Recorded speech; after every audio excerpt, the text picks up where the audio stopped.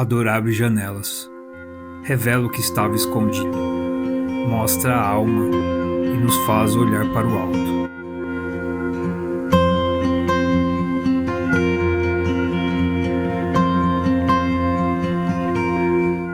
Abra sua Bíblia então, a gente vai ver alguns textos hoje, mas deixa ela aberta em Jó. A gente vai continuar estudando, então, meditando em Jó. Hoje o tema geral é dor, uma janela da alma e para a alma. E a ideia é a gente entender, através da dor de um homem justo, como é que Deus usa a dor para tratar do nosso coração. A gente aprendeu na semana passada que mesmo que Satanás esteja buscando e causando sofrimento, a gente lembra de 1 Pedro 5,8, que está lá, eis que ele é como um leão que ruge, está ali ao derredor, querendo devorar. E depois Jesus fala em Lucas 21, falando que Satanás ele pediu as nossas almas para peneirar e separar joio do trigo. Então ele tem uma intenção, um esquema que é nos derrotar, nos fazer mal. Sim, tá lá. Mas o propósito maior dele, final dele, é mostrar para Deus que a obra dele é incompleta e imperfeita. Que a redenção que a gente recebe dele e a transformação que ele faz em nós, ele é insuficiente. Essa é a intenção dele. Ele não quer te destruir por causa de você. Ele não quer te trazer dor por você. Ele quer mostrar para Deus, ele quer ofender Deus com o que ele faz com você. Por quê? Porque Deus se orgulha da obra que ele faz em você. É claro isso, a gente vê isso muito claro. Na Bíblia a gente vê, por exemplo, no livro de Jó mesmo, nos primeiros 2 capítulos, a gente vê 2 vezes Deus chegando para Satanás e falando: tá vendo o meu servo Jó? Esse aí é justo, santo e irrepreensível. Esse aí, eu usei essa expressão semana passada, Deus é como se fosse aquele joalheiro que faz uma joia das mais bonitas, pega ela e mostra pro ladrão, tá vendo? Olha que bonito que eu fiz. Confiando, porque ele tem fé no poder dele, na obra dele, que o ladrão não vai ter poder sobre aquilo. Tanto é que a gente tem que entender, então, que Satanás não faz o que ele quer como ele quer e ele faz o que ele quer e a gente sofre porque a gente está na mão dele e Deus não pode fazer nada. Não, ele ainda, na tentativa dele de tentar destruir a obra de Deus em nós, ele ainda faz isso dentro de um limite que Deus coloca, porque Deus tem um propósito para a dor do justo. Eu não estou falando da dor que é consequência do pecado, eu já falei isso já. Se você cometeu um crime, você está preso, aí você eu estou sofrendo, é por causa do evangelho. Não tem nada a ver, é porque você cometeu um crime, você está preso, por isso que você está sofrendo, é consequência do seu pecado. Eu também não estou falando da dor que é consequência do pecado no mundo, porque o mundo jaz no maligno. Essa criação, ela está ansiando, porque ela está sofrendo dores hoje. Está lá em Romanos capítulo 8, isso, versículo 18. A criação, ela está ansiando a manifestação dos filhos de Deus, porque hoje ela está em dor. E é por causa do pecado isso. E a dor que a gente sofre por causa das questões naturais, por causa das doenças, ela é consequência do pecado. Mas mesmo dentro de tudo isso, a gente tem um Deus que está acima de tudo. E Ele está olhando para cada situação de dor e dentro de cada situação de dor, nos conduzindo, nos aperfeiçoando para que a gente possa glorificar Ele naquilo também. Para que Ele possa mostrar, para que Ele possa chegar em Satanás e falar assim: tá vendo o meu servo? Eu deixei você tocar na vida dele, tocar nas coisas dele. E mesmo assim Ele me glorifica. É isso que Deus está fazendo. E depois da experiência da dor, eu tenho certeza que segurando nas mãos de Deus, confiando em Deus, do outro lado você chega uma joia muito mais bonita. Eu tenho certeza disso, porque isso acontece comigo. Eu tenho certeza que do outro lado da dor, através dessa experiência, você chega com a sua fé fortalecida,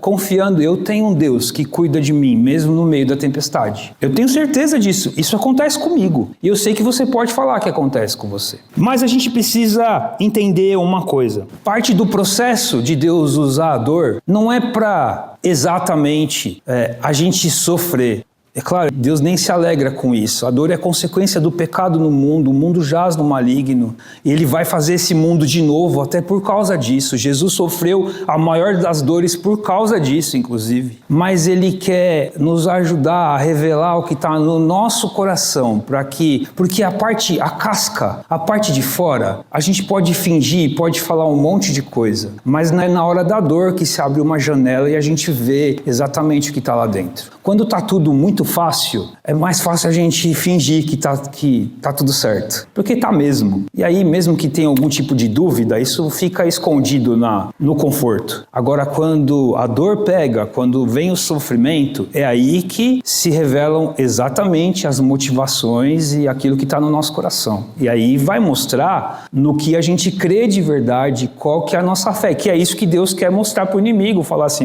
eu quero mostrar, Deus tem esse propósito de provar no mundo espiritual que a obra dele é perfeita e que ele nos dá corações novos. Ele fez isso com Jó, a gente vê aqui, eu não estou inventando esse conceito. Ele exibe Jó no mundo espiritual falando, esse é meu servo, esse é meu servo. Ele tem orgulho disso. Então ele usa a dor como uma janela. Primeiro, uma janela para dentro. O salmista fala no Salmo 139, versículo 23, se você quiser anotar aí, Salmo 139, 23.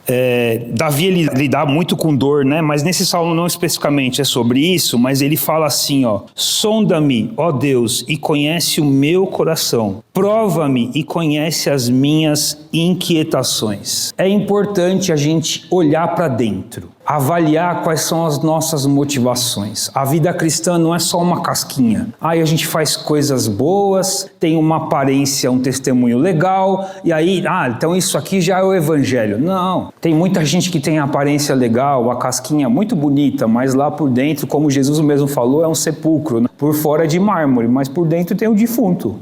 Isso não quer dizer que você não tenha que viver da forma correta, não estou falando isso. Mas qual é a motivação? O salmista aqui fala, Deus, olha aqui dentro, sonda aqui dentro, olha o que está acontecendo. Prova, Deus, testa isso aqui para ver se isso aqui está certo.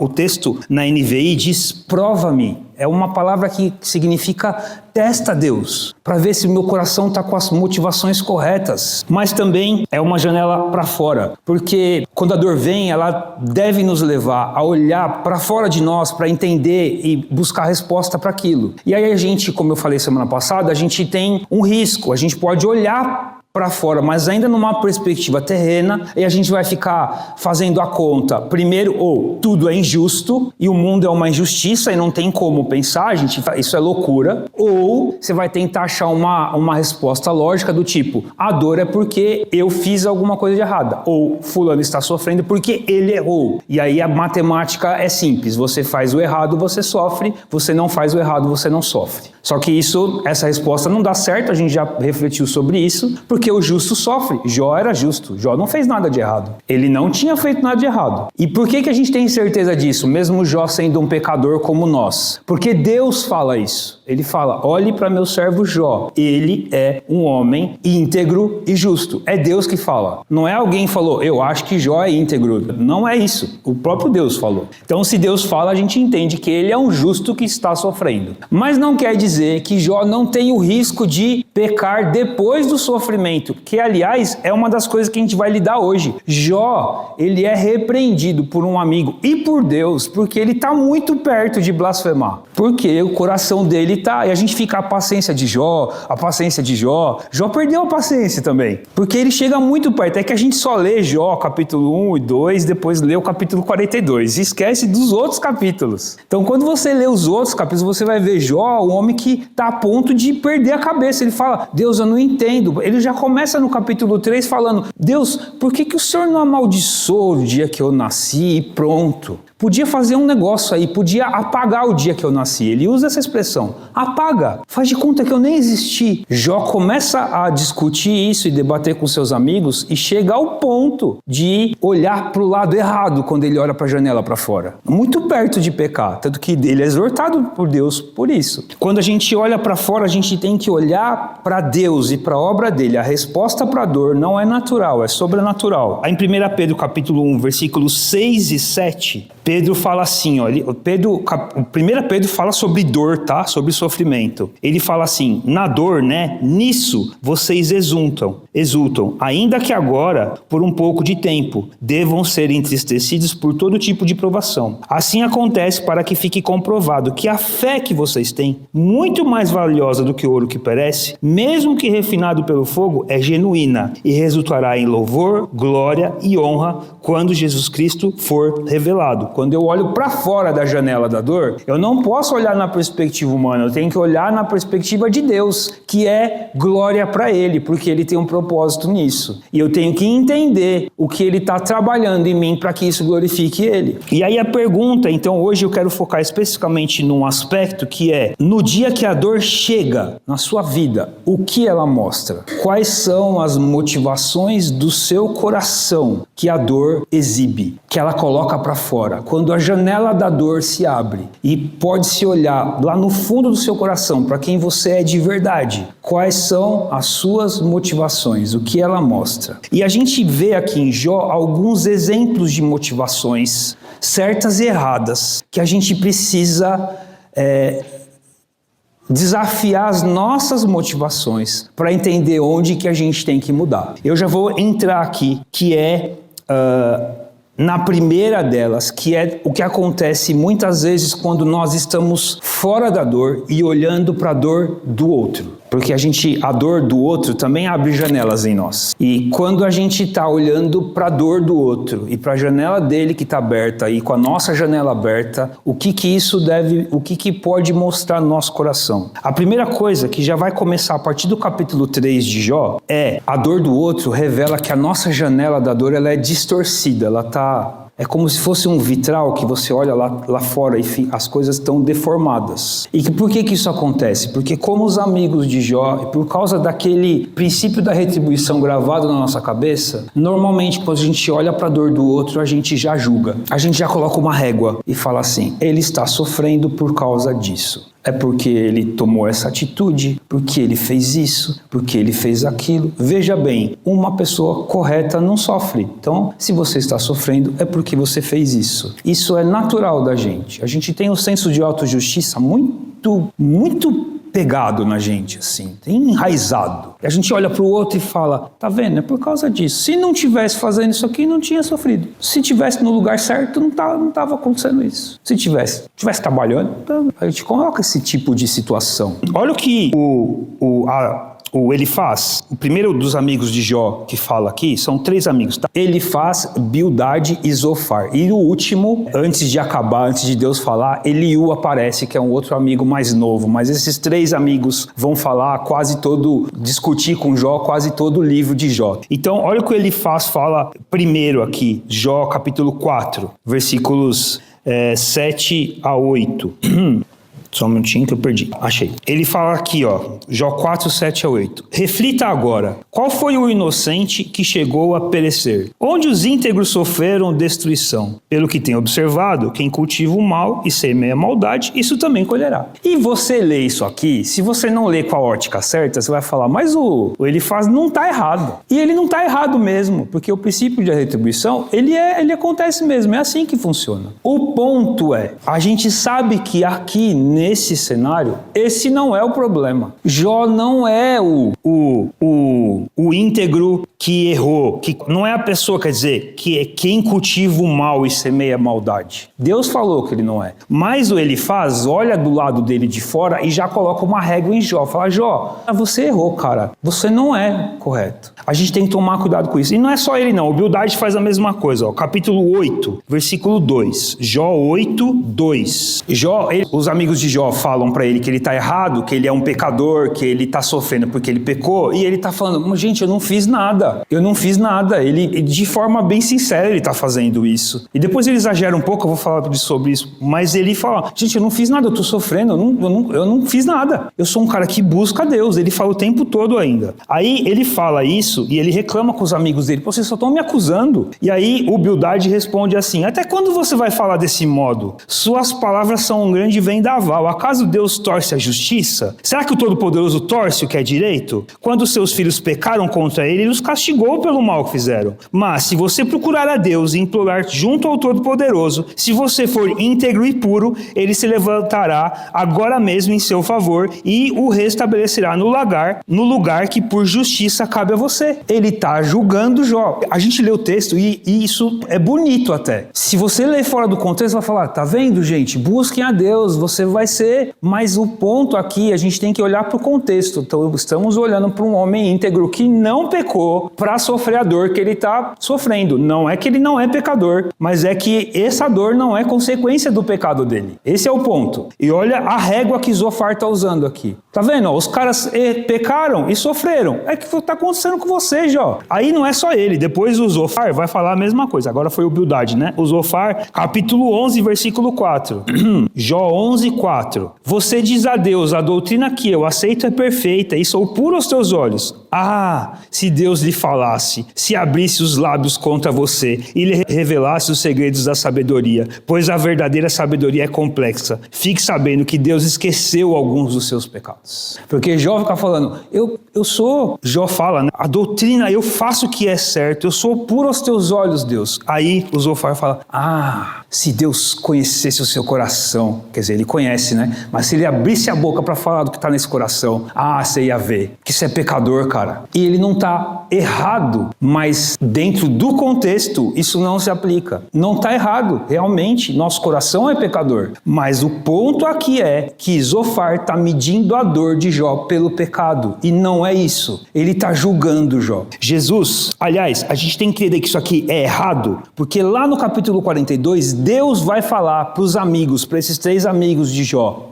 vão lá e falem com Jó e peçam para Jó apresentar um sacrifício em favor de vocês, porque o que vocês falaram para Jó era tudo mentira, era tudo enganação. Vocês falaram contra mim quando vocês falaram com Jó. Olha, a gente está vendo aqui, parece bonito o que eles estão falando, mas tudo que eles falaram, Deus fala assim, vocês falaram contra mim. Por quê? Eles estavam certos no que eles estavam falando em relação a sim. Quem pratica maldade está plantando maldade para colher maldade. Mas não é isso que está acontecendo aqui. E julgar dessa forma a dor do outro está errada. Porque não é desse jeito. Nem sempre vai ser assim. Não é só dessa forma que essas coisas acontecem. E Deus tem um propósito nas coisas. E sim, um justo pode sofrer. E não é por causa do pecado, é porque Deus está mostrando a glória dele. Aliás, essa é a conclusão que Jó chega depois. E aí Jesus nos diz uma coisa muito importante. A primeira coisa que a gente deve fazer não é julgamento, é misericórdia. Ele fala lá em Mateus 7, ele fala assim, não julguem, Mateus 7, versículo 1, Mateus 7, 1. Não julguem para que vocês não sejam julgados, pois da mesma forma com que julgarem, vocês serão julgados, e a medida que usarem também será usada para medir vocês. A gente tem que entender que o amor de Cristo e a forma como Jesus traz a salvação, a redenção, não é condenatória, ela é misericordiosa. Deus amou o mundo de tal maneira que deu seu único filho para que todo aquele que nele crê não morra, mas tenha a vida eterna, porque o Filho do Homem não veio para julgar o mundo, mas para salvar. João 3:16 e 17. Não é condenação, é misericórdia. Então, refletindo o amor de Deus, a gente trata o outro com misericórdia. Então, a gente deve olhar para nosso coração. Quando a gente olha para a dor do outro, pela janela dele, a nossa janela está revelando o que no nosso coração? Julgamento? A gente tem que projetar e olhar e levar a compaixão, misericórdia, porque é assim que Deus nos trata. Esse é o primeiro ponto. Outra coisa, quando a dor chega, ela pode mostrar, revelar uma janela fechada para a esperança. E a gente vê isso e isso é baseado em apenas um versículo de uma fala de uma pessoa que só fala uma vez no livro de Jó, mas que sofre muito também como Jó, que é a mulher de Jó, que a gente nem sabe o nome dela. Capítulo 2, versículo 9, é a única coisa que ela fala no livro todo. Então sua mulher lhe disse, você ainda mantém a sua integridade? amaldiçoe a Deus e morra. Qual que é o ponto aqui? A gente tem que olhar muito bem e com muito cuidado para esse texto, para não fazer igual os amigos de Jó e julgar a mulher dele também. Por quê? Porque eles falam, a mulher de Jó, olha que ironia, não sei o quê. Jó perdeu tudo que ele tinha e seus 10 filhos. E a sua saúde, ele estava quase morrendo quando ela fala isso. A mulher de Jó perdeu tudo que ela tinha e seus 10 filhos. E estava perdendo o marido. Quando ela fala isso, ela está sofrendo de verdade. Não é ironia. Ah, Jó, tá vendo? Agora adora seu Deus. Ela não está falando isso. Pensa numa mulher destruída pela dor. Não seja igual aos amigos de Jó. Pensa numa mulher destruída pela dor. Perdendo a única coisa que sobrou, o marido. A única coisa que ela tinha. Só tinha o marido. E aí ela ficou sem esperança. E a gente tem que respeitar isso aqui. Isso é possível. Isso acontece. É difícil lidar com a dor. É difícil lidar com a perda. É difícil lidar com um monte de coisa. Você pode estar passando por isso hoje, mas o que eu quero te ajudar e te lembrar é não perca a esperança. Olha o que diz lá em Hebreus, capítulo 10, versículo 35. Hebreus 10, versículo 35, perdão. Hebreus 10, 35. Por isso não abram mão da confiança que vocês têm. Ele está falando sobre dor, tá? Sobre fé e lidar com a perseguição, com o sofrimento, no meio com fé no meio disso tudo. Por isso não abram mão da confiança que vocês têm. Ela será ricamente recompensada. Vocês precisam perseverar, de modo que, quando tiverem feito a vontade de Deus, recebam o que Ele prometeu. Continuem andando. Continuem andando. Olha o que diz em Romanos, capítulo 8, versículo 36. Romanos 8, 36. Por que a gente deve continuar andando no meio da dor? Qual que é a segurança para isso? Romanos 8, 36. Como está escrito, por amor de ti enfrentamos a morte todos os dias. Somos considerados como ovelhas destinadas ao matadouro. Mas em todas essas coisas somos mais que vencedores, por meio daquele que nos amou. Pois estou convencido de que nem morte, nem vida, nem anjos, nem demônios, nem o presente, nem o futuro, nem quaisquer poderes, nem altura, nem profundidade, nem qualquer outra coisa na criação será capaz de nos separar do amor de Deus que está em Cristo Jesus, nosso Senhor. Persevere, continua. Eu sei que é difícil, eu sei que dói, mas persevere, porque do amor de Deus, que é o mais importante, nada vai te separar. Nada vai te separar. Continue andando. Tiago 1, versículo 2. Tiago, capítulo 1, versículo 2. Meus irmãos, considerem motivo de grande alegria o fato de passarem por diversas provações, pois vocês sabem que a prova da sua fé, teste, produz perseverança, e a perseverança deve ter ação completa, a fim de que vocês sejam maduros e íntegros, sem lhes faltar coisa alguma. Deus está moldando você para te mostrar, para mostrar a glória dele na sua vida. Então, persevere, continue andando, não pare. Como Pedro, andando sobre as águas, as ondas podem estar pegando aqui, tentando te derrubar. Você olha para elas, elas são gigantes, mas olha para Jesus, que você vai voltar a andar sobre a água, mas segurando na mão dele, porque sozinho você não vai conseguir. Então persevere. Sofrimento não é hora de abandonar Deus, mas sim de segurar na mão dele, porque é aí que você vai conseguir passar. Se a gente fechar a janela para a esperança, aí a gente vai ficar sozinho. E sozinho no sofrimento já é tão difícil. Sozinho é pior ainda. Então, persevere. Outro ponto importante, que agora a gente vai olhar um pouco para Jó, é não se perca na autojustificação. E a gente tem aqui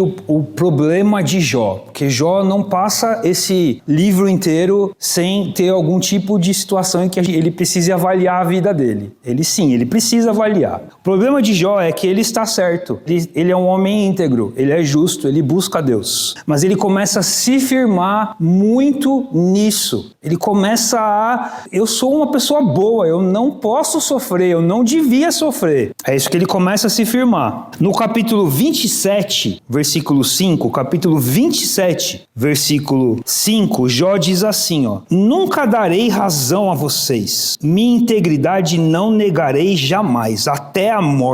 Manterei minha retidão e nunca a deixarei. Enquanto eu viver, a minha consciência não me repreenderá. E ele está certo. Mas Jó, ele se firma, se baseia muito nisso. isso, ele começa a ir para um ponto de que eu sou íntegro e eu não mereço, eu não devia estar sofrendo, e começa a questionar Deus. Aliás, Deus vai responder pessoalmente para ele em relação a isso. Mas antes disso ele usa Eliú. Aliás, no capítulo 31, no 32, na verdade, Jó fala um monte de coisa também, do 27 até lá para frente. Aí no 32, versículo 1, olha o que acontece com os amigos de Jó. E então esses 3 homens pararam de responder a Jó, pois este se julgava justo. E aí aparece uma pessoa aqui que é Eliú, a gente vai ver ele mais para frente. E aí ele vai ser usado por Deus para desafiar essa autojustificação de Jó. O ponto é, a nossa integridade, a nossa justiça, a nossa santidade não deve ser escudo de proteção ou de justificação para eu estou sofrendo ou não. Ela deve ser só uma vitrine para mostrar a glória de Deus. O propósito dela é mostrar que nós somos povo santo, de um Deus santo. Não é para te proteger das coisas. E não é para usar isso como argumento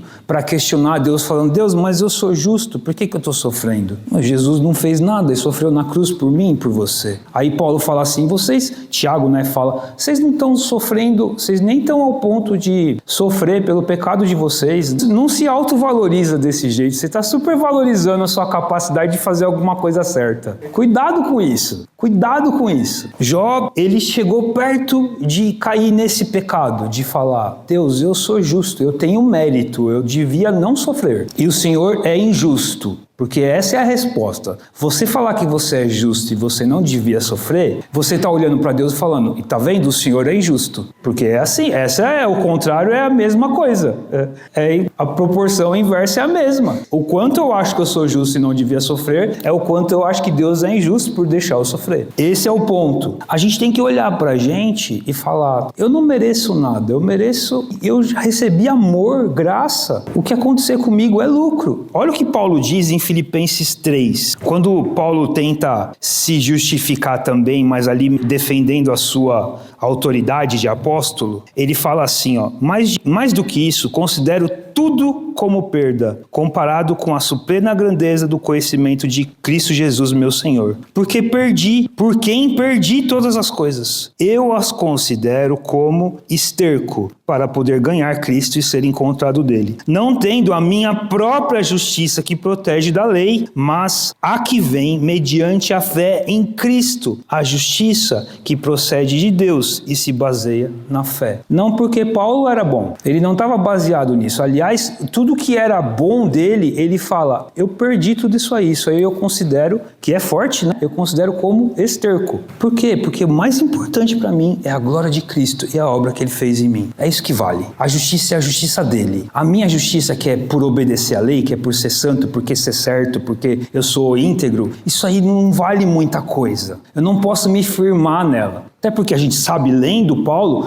que ele fala, eu sou pecador. Capítulo 7 de Romanos, ele fala, o bem que eu queria fazer, eu não consigo fazer. E o mal que eu não quero fazer, eu faço. Ai de mim, desse corpo aqui. Mas ele termina falando, mas glórias a Deus, pela misericórdia dele eu fui alcançado. Então a gente tem que olhar para isso. Cuidado, a nossa integridade, a nossa justiça não deve ser motivo para autojustificação. Porque a autojustificação leva a gente a olhar para um Deus de forma que a gente coloque ele como injusto. Se eu falo, o meu sofrimento é injusto, eu estou falando que Deus é injusto. Porque a gente sabe que a gente tem um Deus soberano, que nada do que acontece na história foge das mãos dele. Ele sabe o que ele faz, como ele faz, quando ele faz, e tudo ele faz para mostrar a glória dele. Ele é perfeito e justo, santo, nele não tem mal nenhum. Toda vez que você fala, eu não mereço, eu estou sofrendo, e eu sou justo, e eu não devia sofrer, você está falando, existe um Deus injusto que está me fazendo sofrer. Porque eu tenho mérito, eu não devia sofrer. Só que o nosso Deus não é injusto. Então,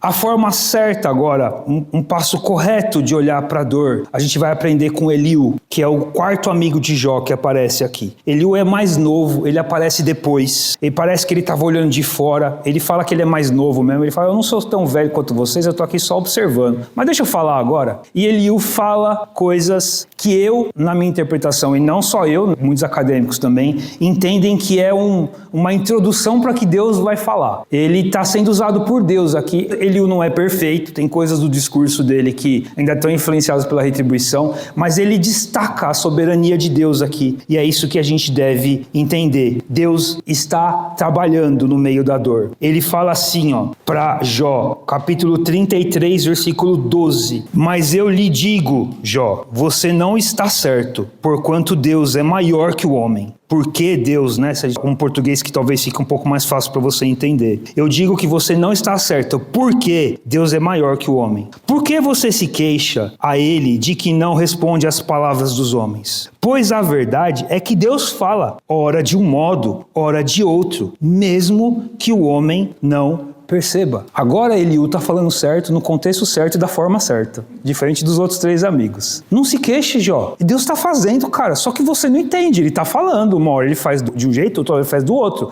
Mas ele está falando. E ele está fazendo. Confia na soberania dele. O versículo 16, 18. Ele diz assim, Ele pode falar aos ouvidos deles e aterrorizá-los com advertências para prevenir o homem das suas más ações e livrá-lo do orgulho para preservar da cova a sua alma e a sua vida da espada. Olha que interessante. Ele pode falar, aterrorizar, atormentar aquele que está errado. Sim. Mas ele também pode livrá-los do orgulho para preservar da cova a sua alma. É o mesmo Deus que é soberano. Ele pode sim condenar e julgar. E ele também pode livrar e proteger com misericórdia. Ele é soberano. Ele protege da espada quando ele quer também. Mesmo aquele que é injusto, porque Eliú está falando do injusto aqui. Ele faz isso sim. Depois, capítulo 36, versículo 5, ele fala assim, Deus é poderoso, mas não despreza os homens. É poderoso e firme em seu propósito. Não poupa a vida dos ímpios, mas garante os direitos dos aflitos. Não tira os seus olhos do justo. Ele o coloca nos tronos com reis e o exalta para sempre. Mas, se os homens forem acorrentados,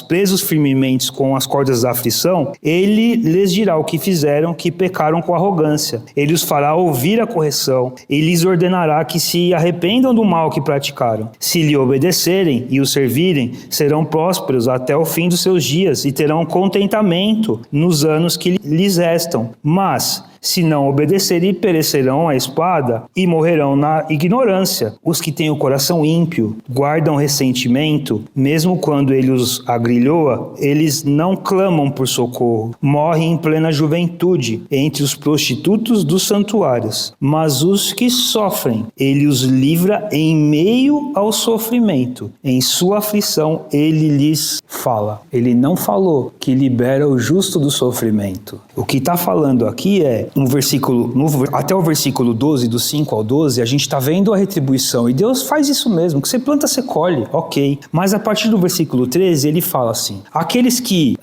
guardam ressentimento, porque estão sofrendo, que guardam rancor, tudo, eles não aprendem, eles não clamam a Deus, eles não olham para Deus. Entende isso aqui, eles guardam ressentimento mesmo quando ele os agrilhoa, eles não clamam por socorro. Quando eles olham para fora da janela, na dor, eles não olham para Deus. Mas os que sofrem, ele os livra. Vamos entender o paralelismo aqui. Se os primeiros não olham para Deus, os que sofrem e na sua aflição ele lhes fala, esses olham. Esse é o inverso. Ele está fazendo uma comparação deles. Então pega as características dos primeiros. Eles estão sofrendo, eles estão com rancor no coração e eles não estão olhando para Deus, eles não estão aprendendo nisso, eles não estão clamando por socorro. Os outros também estão sofrendo, mas esses são livrados no meio da dor. E qual que é o livramento? No meio da dor, Deus fala com eles. Eles aprendem a olhar para Deus. Não está falando que eles são livres da dor, mas sim que no meio da dor, eles aprendem a olhar para Deus. E é isso que Deus quer. Ele quer que quando a janela da dor se abra na nossa alma, a gente olhe para a glória dele. A gente clame socorro para ele, porque é só ele que pode nos atender. Se eu olhar para a situação, para o problema, para o homem, para o erro, eu vou sofrer, eu vou ficar desesperado. O que ele quer é nos livrar, não da dor, mas do desespero, da falta de esperança. E sim, ele pode livrar a gente da dor, e a gente sabe que na maioria das vezes ele livra. Se a gente colocar na ponta do lápis mesmo, a gente tem muito que agradecer. São muitas bênçãos para contar. São infinitas bênçãos para contar. Isso é verdade. E quando a gente sofre, a gente tem que agradecer, porque Ele está falando ao nosso coração e nos ensinando a olhar para Ele. Porque aí, quando a gente estiver olhando para Ele, a gente vai passar por aquilo, mas junto com um amigo, com alguém que a gente pode nos sustentar, pode contar. A gente não deve, como diz lá em Hebreu, se esquecer que a forma como Deus nos trata é motivo de alegria. Porque um pai que ama, sim, ele quer que o filho seja melhor, através da correção, através de como ele trata, através dos limites, através de tudo. Um pai que ama, ele quer isso. Então, o autor de Hebreus compara Deus com um pai que quer nos fazer melhores, para a glória dele. Hebreus 12, versículo 11. Nenhuma disciplina, e a palavra disciplina aqui não é só disciplina de porque você errou, tem a ver com a busca por te fazer melhor, tá? Nenhuma disciplina parece ser motivo de alegria no momento, mas sim de tristeza. Mais tarde, porém, produz fruto de justiça e paz para aqueles que por ela foram exercitados. Portanto, fortaleçam as mãos enfraquecidas e os joelhos vacilantes. Façam caminhos retos para os seus pés, para que o manco não se desvie, antes seja curado. Eu já li o texto de 1 Pedro, a gente deve exultar no sofrimento, porque ela vai produzir glória e honra para Deus quando Cristo for revelado em nós. A dor é a janela pela qual Deus nos chama de volta para Ele e nos molda com o propósito de revelar sua glória em nós. Essa deve ser a atitude correta na presença da dor. A dor deve revelar isso no seu coração, confiança na soberania e na glória de Deus. A dor deve revelar isso no seu coração, confiança na soberania e na glória de Deus. Ele está no controle. É isso que deve ficar claro. Eu sei que é difícil. Nenhum dos autores aqui falou, não, finjam que não está doendo. Não tem nenhum texto aqui falando disso. Aliás, ali no texto, nas palavras de Eliú, né? Aquele que sofre, Deus os livra no meio do sofrimento. O ponto é, o propósito de Deus é te fazer olhar para Ele e confiar na glória dele. Então submeta-se ao Deus que fala no meio da tempestade. Abra a sua janela para a soberania dele. Deus fala para Jó no meio de uma tempestade, está no capítulo 38 isso. Versículo 1, capítulo 38. Então o Senhor respondeu a Jó no meio da tempestade e disse: quem é esse que obscurece o meu conselho com palavras sem conhecimento? Prepare-se como simples homem, vou fazer-lhe perguntas e você me responderá. Onde você estava quando lancei os alicerces da terra? Responda-me se é que você sabe tanto. É interessante que quando Deus fala com Jó, ele não afirma nada diretamente do tipo, Jó, você está sofrendo porque eu fiz isso e aquilo e eu sou soberano. Não. Ele fala, Jó, quem é você para me questionar? Então agora eu vou te fazer perguntas. E você vai ver Jó, Deus falando do capítulo 38 até o final do capítulo 41, falando para Jó assim, quem fez isso, Jó? Quem colocou as estrelas no céu? Quem coloca limite na água? Quem faz isso? Quem faz aquilo? Quem, Jó? Me fala, quem é soberano como eu? Quem é rei como eu? Quem está acima de tudo como eu? Por que você está me questionando? Por que você está questionando a minha autoridade? Por que você está imaginando que você sabe mais do que eu para dizer o que é justo e o que é injusto? É só isso que Deus pergunta para Jó. E aí, olha como que Jó responde. É isso que a gente deve responder. Deus, sei que podes fazer, capítulo 42, versículo 2, perdão. 42, 2. Sei que podes fazer todas as coisas, nenhum dos seus planos pode ser frustrado. Tu perguntaste, quem é esse que obscurece o meu conselho sem conhecimento? Certo é que falei de coisas que eu não entendia, coisas tão maravilhosas que eu não poderia saber. Tu disseste, agora escute e eu falarei. Vou fazer-lhe perguntas e você me responderá. Meus ouvidos já tinham ouvido a teu respeito, mas agora os meus olhos te viram. Por isso menosprezo a mim mesmo e me arrependo no pó e na cinza. Essa deve ser a nossa atitude quando a dor chegar. Deus, eu me arrependo, me perdoa, porque realmente eu estou achando que eu sei das coisas. Estou achando que eu sei. Me perdoa. E é interessante que Jó conhece Deus na experiência da dor, de verdade. Porque a dor revela a Deus pra gente mesmo. Se a gente olhar do lado certo da janela, do jeito certo para fora, a gente vai ver Deus na dor. A gente vai ter uma experiência que vai revelar quem Deus é pra gente. Se você não olhar para isso, você vai perder. Você vai perder. Você vai perder a paisagem. Você vai olhar para o outro lado e não vai dar certo para você. A dor só vai vai fazer uma pressão tremenda e você não vai conseguir lidar com ela. Agora, se você olhar do certo, você vai encontrar esperança, porque no meio dela você vê Deus. Você conhece Deus, não só de ouvir falar, mas de experimentar Deus. Mas só vai acontecer se a gente olhar para o lado certo. Não tem como a gente entender Deus. O Paulo fala em Romanos capítulo 11 que tudo de Deus é muito profundo. Aliás, ele cita Isaías e cita Jó quando ele fala isso, né? Quem primeiro lhe deu para que ele o recompense? Isso é Jó, está escrito em Jó. E Paulo fala em Romanos capítulo 11, no finalzinho lá. Não tem como a gente sondar o coração de Deus, só aquilo que ele revela para a gente. Mas o que ele revela para a gente é algo bom, é um Deus misericordioso. A gente está preocupado com o que ele não revela e tentando achar justiça ou injustiça. Mas não, ele revela, ele é bom. Paulo fala em 2 Coríntios que para impedir que ele se garantisse, se orgulhasse dele mesmo, Deus coloca nele um espinho na carne. Muita gente tem dificuldade de lidar, ninguém sabe exatamente o que aconteceu. A maior probabilidade é que Paulo ficou cego, foi ficando cego até o fim da sua vida. Agora, um homem acadêmico que pregava, que escrevia, isso é exatamente um bom espinho na carne, né? Porque ele vivia disso. Então, ele sofre. Mas olha o que ele fala aqui, ó, capítulo 11, versículo 33. Para pedir que eu me exaltasse por causa da grandeza dessas revelações, foi-me dado um espinho na carne, um mensageiro de Satanás, para me atormentar.